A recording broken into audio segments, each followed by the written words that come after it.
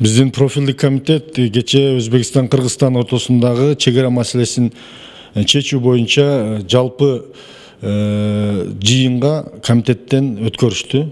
7 депутат колдоп берилди. Чыгып кетип, анан кайра кирип макул дедиңиз. Буга эмне себеп болду?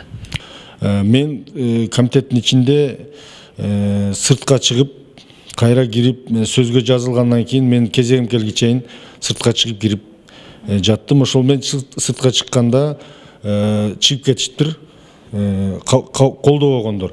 Каалайбызбы, каалабайбызбы, комитеттин милдети бул палатага алып чыгып беришибиз керек. Мыйзамдын кабыл алышынын процедурасы ошондой. 5 президент чечпеген чек ара маселеси чечилип калса, элибиздин тынчтыгы, бейкуттугу үчүн, мамлекеттүүлүгү үчүн жакшы болот. Мен эртең добушту бергенден кийин бүт баары көрөт, жарандар кандай мен бердим. Бирок чындыгында кечээ комитетте 7 эле киши, 14төн 7 эле киши добушту беришкен. 7 киши бул 50%, негизи 8 киши болуш керек болчу.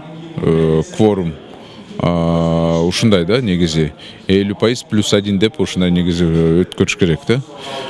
Эми чилекке каршы ушундай эле бизде азыр адат болуп калды. Ушундай эле биз кетип атабыз, мына көрүп атасыз го, азыр залда дагы канча киши аз. Эч ким көңүлдү бурбай жатат да.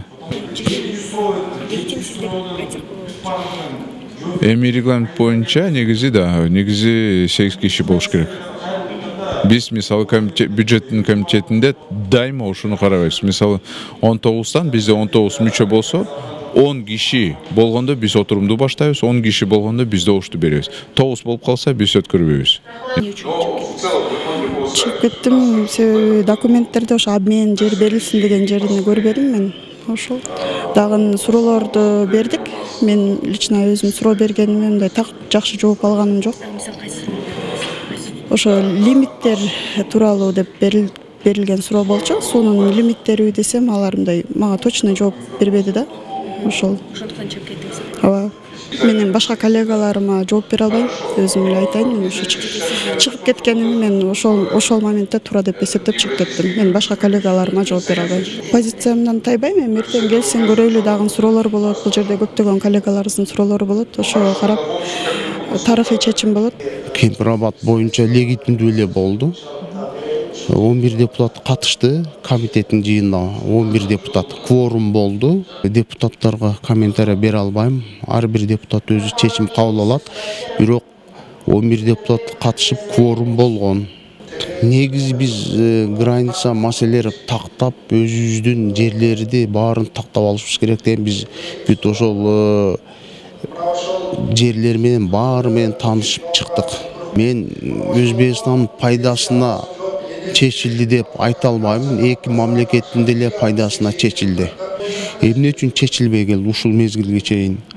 Анан 30 жылдык эгемендүүлүк алгандан бери чечип койсо боло эле. Биздин кээ бир саясатчылар 19.000 гектардан ашыгыраак жер кайтарылды бизге.